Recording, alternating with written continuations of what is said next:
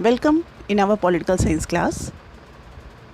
We are doing globalization, chapter 9 of book 1.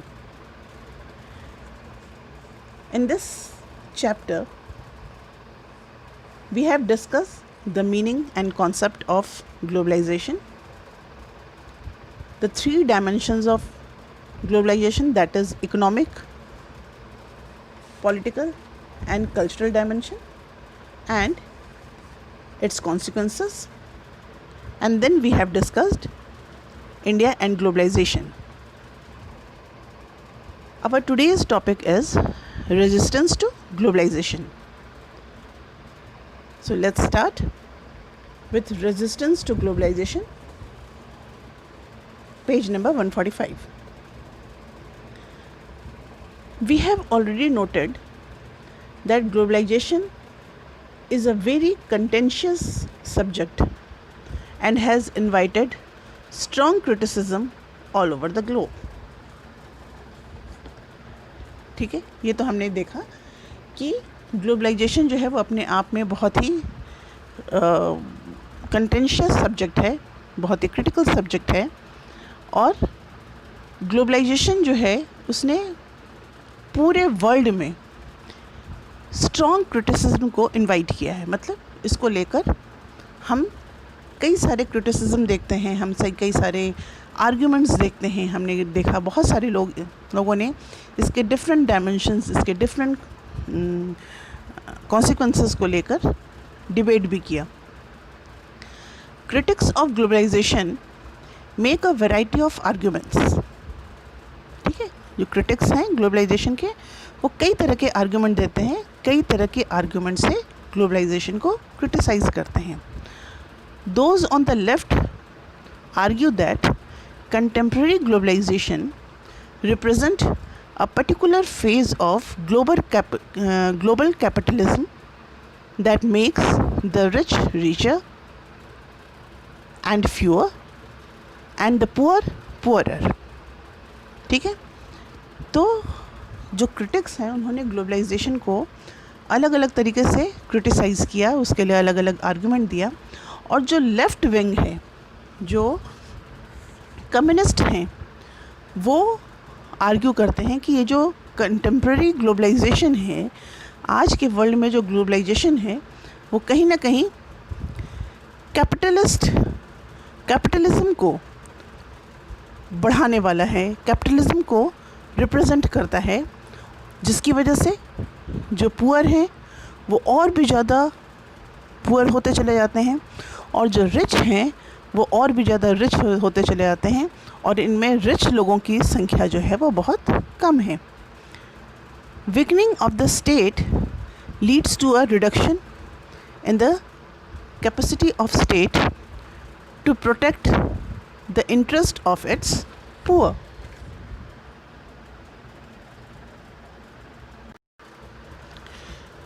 Weakening of the state means state globalisation की वजह से जो state की कैपेसिटी कम हुई है, इससे स्टेट जो है वो कमज़ोर हुआ है, और जब स्टेट कमज़ोर हुआ है तो वो कहीं ना कहीं अपने जो पुअर सिटीजन्स हैं उनके इंटरेस्ट को प्रोटेक्ट करने की कैपेसिटी जो है वो रिड्यूस हुई है. ठीक है, तो स्टेट का जो की कैपेसिटी है वो इरोड हुई है, और उसकी वजह से स्टेट जो है वो अपनी कंट्री के पुअर लोगों के प्रोटेक्शन में, उनके इंटरेस्ट में कोई काम नहीं कर पा रहा है. Critics of the globalisation from the political right express anxiety over the political, economic and cultural effects. और जो ग्लोबलाइजेशन के जो क्रिटिक्स हैं जो कि राइट विंग के हैं, ठीक है, उन्होंने भी अपनी एंजाइटी, अपना जो गुस्सा है वो दिखाया है political, economic and cultural effect पर, ग्लोबलाइजेशन की political, economic and cultural effect पे. In political terms they also fear the weakening of the state. ठीक है, पॉलिटिकल टर्म्स में देखा जाए तो जो ये राइट विंग है, ठीक है, वो डरता है कि स्टेट जो है वो ग्लोबलाइजेशन की वजह से स्टेट जो है वो कमज़ोर हो रहा है. Economically they want a return to self reliance and protectionism. और क्योंकि स्टेट की कैपेसिटी कम हो रही है, स्टेट वीक हो रहा है, इसलिए कहीं ना कहीं इनका आर्ग्यूमेंट ये है कि इकोनॉमिकली कंट्री का जो है वो सेल्फ रिलायंस जो है वो वापस आना चाहिए. और सेल्फ रिलायंस और प्रोटेक्शनिज्म जो है वो उसको वापस चाहते हैं, at least in certain area of the economy. ठीक है, पूरा नहीं. ग्लोबलाइजेशन अगर बहुत ज़रूरी है तो पूरा नहीं, तो कुछ एरियाज़ में वो चाहते हैं कि उनका जो सेल्फ रिलायंस है और उनका जो प्रोटेक्शनिज्म है, जिससे कि वो अपनी कंट्री के जो इंडस्ट्रियलिस्ट हैं या अपनी कंट्री का जो इकोनॉमिक बेस है उसको वो प्रोटेक्ट कर सकें, जिससे कि उनके यहाँ एम्प्लॉयमेंट ख़त्म ना हो और पॉवर्टी ज़्यादा ना हो. Culturally they are worried that traditional culture will be harmed and people will lose their age old values and ways. और जहाँ तक ग्लोबलाइजेशन का जो कल्चरल इफ़ेक्ट है उसके लिए वो थोड़े से वरीड इसलिए होते हैं क्योंकि उन्हें इस बात का डर है कि ग्लोबलाइजेशन के इफ़ेक्ट की वजह से जो ओल्ड एज से चली आ रही वैल्यूज़ हैं कंट्री की, जो ट्रेडिशंस हैं, उनको हार्म होगा और लोग जो हैं वो उनका जो ट्रेडिशन है, उनका जो कल्चर है वो कहीं ना कहीं अफेक्टेड होगा. वैल्यूज़ जो है वो ख़त्म होंगे ग्लोबलाइजेशन से. नाउ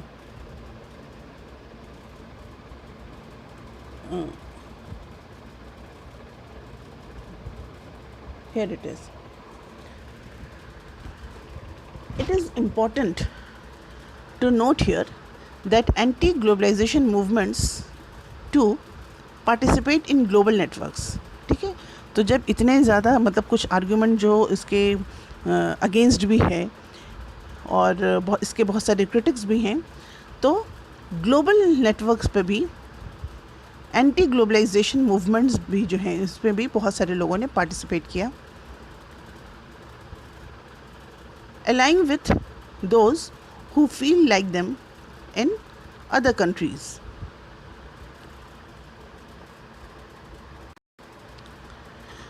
और ये जो एंटी ग्लोबल मूवमेंट वाले जो लोग हैं उन्होंने बहुत सारे दूसरे लोगों को भी जोड़ा, दूसरी कंट्रीज़ के उन लोगों को भी जोड़ा जो कि कुछ उनकी तरह ही फीलिंग रखते थे ग्लोबलाइजेशन को लेकर.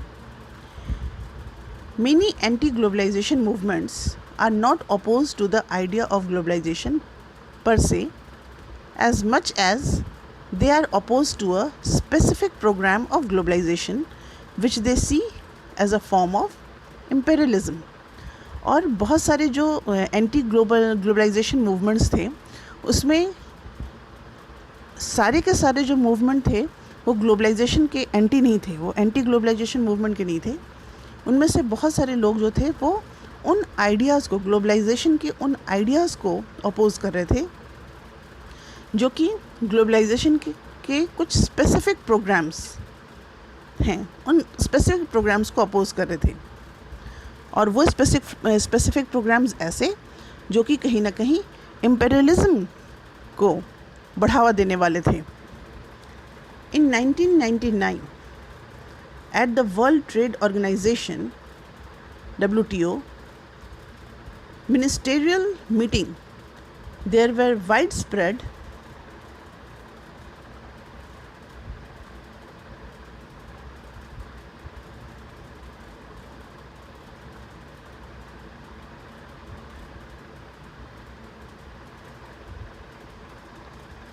protest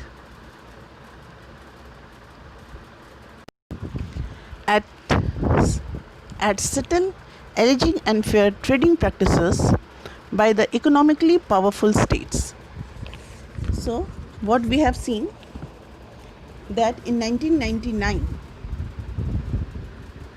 वर्ल्ड ट्रेड ऑर्गेनाइजेशन का जो मिनिस्ट्रियल मीटिंग था, वहाँ एक बहुत बड़ा प्रोटेस्ट देखने को मिला, जिसमें कि अनफेयर ट्रेडिंग प्रैक्टिसेस को एलिज किया जा रहा था। वो प्रोटेस्ट जो था कि जो अनफेयर ट्रेडिंग प्रैक्टिसेस हैं इकोनॉमिकली पावरफुल स्टेट्स की तरफ से, जो ये इकोनॉमिकली पावरफुल स्टेट्स हैं वो कहीं ना कहीं जो उनकी जो ट्रेडिंग प्रैक्टिसेस हैं वो अनफेयर हैं, और जो डेवलपिंग कंट्रीज़ हैं उनके इंटरेस्ट के अगेंस्ट हैं। इसलिए WTO का में जो ये जो मीटिंग हुई, इसमें एक प्रोटेस्ट देखने को मिला। It was argued that the interest of the developing world were not given sufficient importance in the evolving global economic system। और उसमें ये एलिगेशन लगाया गया, ये आर्ग्यूमेंट दिया गया कि डेवलपिंग कंट्रीज़ का जो इंटरेस्ट है उसको सफिशेंट इम्पोर्टेंस नहीं दिया गया इस ग्लोबलाइजेशन में, इस ट्रेडिंग प्रैक्टिसेस में। The world social forum WSF, the World Social Forum is another global platform which bring together a wide coalition composed of human rights activists, environmentalists, labor, youth and women activists opposed to neoliberal globalization। ठीक है, एक जो दूसरा platform था, global platform, जिसको कि world social forum कहा गया, एक दूसरा एक ग्लोबल प्लेटफॉर्म था जिसने कि बहुत सारे जो दूसरे लोग थे उन सबको, इस प्लेटफॉर्म ने बहुत सारे जो ग्रीवांसेस रखने वाले जो लोग थे उनको एक प्लेटफॉर्म पर लेकर आया, साथ लेकर आया। ठीक है, और उनको मिलाकर उन्होंने एक अपना कोalition बनाया। ठीक है, इसमें कौन कौन से लोग थे? ह्यूमन राइट्स एक्टिविस्ट थे। ठीक है, उसमें इन्वायरमेंटलिस्ट थे, जो कि ये न्यू ग्लोबलाइजेशन की वजह से जो इन्वायरमेंट को जो प्रॉब्लम हो रही थी, वो इन्वायरमेंट जो पॉल्यूट हो रहा था, तो बहुत सारे इन्वायरमेंटलिस्ट जो थे वो भी इसमें शामिल थे। बहुत सारे लेबर थे, यूथ, वुमेन एक्टिविस्ट थी। ठीक है, जो कि ये जो न्यू लिबरल ग्लोबलाइजेशन को ये सारे जो थे वो अपोज कर रहे थे। The first WSF meeting was organised in Porto Alegre, Brazil in 2001। ठीक है, तो ये जो WSF की जो फर्स्ट मीटिंग थी वो 2001 में ब्राज़ील में पोर्टो एल्जियर में हुई। The fourth WSF meeting was held in Mumbai in 2004। The latest WSF meeting was held in Brazil in March 2018। तो ग्लोबलाइजेशन की को अपोज करने वाले, जिसमें कि ये सारे लोग हैं, इन लोगों ने टाइम टू टाइम इस तरह के फोरम में इकट्ठे होकर साथ में इन्होंने जो न्यू लिबरल ग्लोबलाइजेशन है उसको अपोज किया। सबसे पहले ब्राज़ील में, उसके बाद मुंबई में, and then again Brazil in 2018। Now we have to see India and resistance to globalisation. India का क्या मानना है इस ग्लोबलाइजेशन के रेजिस्टेंस को लेकर। ठीक है, what has been India's experience in resisting globalisation. Globalisation को रेजिस्ट करने में इंडिया का एक्सपीरियंस क्या कहता है, इंडिया का एक्सपीरियंस क्या है। Social movements play a role in helping people make sense of the world around them and finding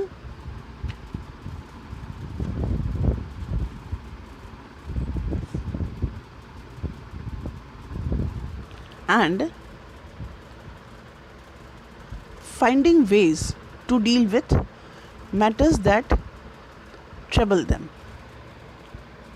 तो अब हम लोग यहाँ देख रहे हैं कि ग्लोबलाइजेशन को लेकर इंडिया का रेजिस्टेंस क्या है. जो सोशल मूवमेंट्स हैं वो एक बहुत बड़ा रोल प्ले करते हैं, जिसमें लोगों को हेल्प प्रोवाइड करने में, जिससे कि वो अपने चारों तरफ जो वर्ल्ड में जो चीज़ें हो रही हैं उनको वो पता करें और उससे वो डील करें. ठीक है, वो सारी चीज़ें जो कि उनको उनके चारों तरफ, पूरे वर्ल्ड में उनके चारों तरफ हो रही हैं, जो उनको परेशान करती हैं, ठीक है, उन मैटर्स को फाइंड आउट करें और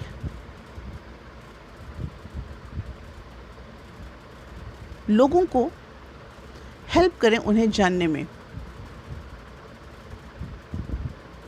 Resistance to globalization in India has come from different quarters.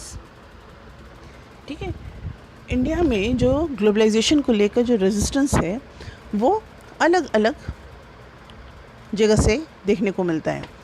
There have been left-wing protests to economic liberalization, voiced through political parties as well as through forums like the Indian Social Forum. ठीक है, तो globalisation को लेकर जो उसके economic term पे जो protest है वो लेफ़्ट विंग के थ्रू होता है, इकोनॉमिक लिबरलाइजेशन को लेकर, जो कि कहीं ना कहीं पॉलिटिकल पार्टीज़ के थ्रू भी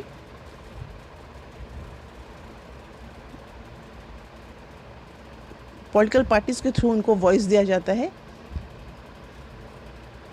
जैसे कि Indian social forum. Trade unions of industrial workers or workforce as well as those representing farmers' interest have organized protest against the entry of multinationals. ठीक है, तो जो ट्रेड यूनियंस हैं, जो इंडस्ट्रियल वर्कफोर्स है और साथ ही साथ जो फार्मर्स के इंटरेस्ट को देखने वाले लोग हैं, ठीक है, फार्मर्स के इंटरेस्ट को रिप्रेजेंट करते हैं, उन्होंने भी मल्टीनेशनल्स की एंट्री पर के खिलाफ प्रोटेस्ट किया.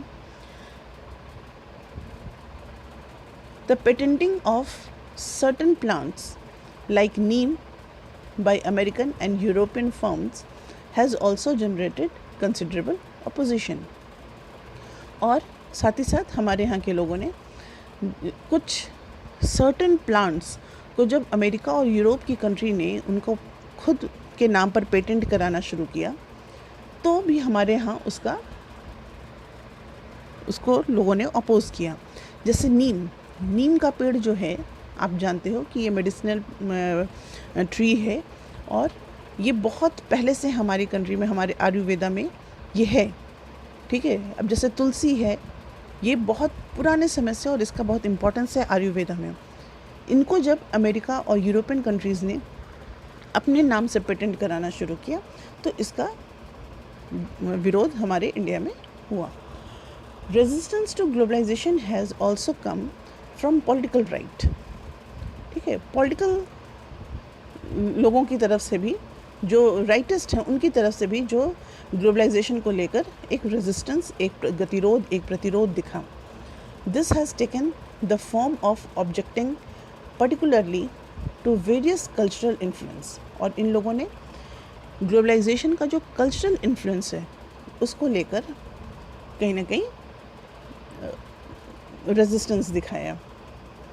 Ranging from the availability of foreign TV channels provided by cable networks, celebration of Valentine's Day, and westernization of dress test of girls student in school and colleges, जिनका कि time to time हम देखते हैं कि कुछ हैं, जैसे बजरंग दल या फिर शिवसेना, इनके थ्रू हम इसका रेजिस्टेंस भी देखते हैं. ये राइट विंग के लोग हैं, ठीक है, जो कि जिनको इस बात का डर है कि हमारा कल्चरल और हमारा जो ट्रेडिशन है वो ग्लोबलाइजेशन की वजह से इन्फ्लुएंस्ड हो रहा है, वेस्टर्नाइजेशन जो है वो इम्पोज हो रहा है, और इसलिए हमें इनकी तरफ से भी रेजिस्टेंस देखने को मिलता है। ठीक है, so this is all about the chapter globalisation. We have seen different aspects of globalization, and we have also seen globalization and India and its resistance in India.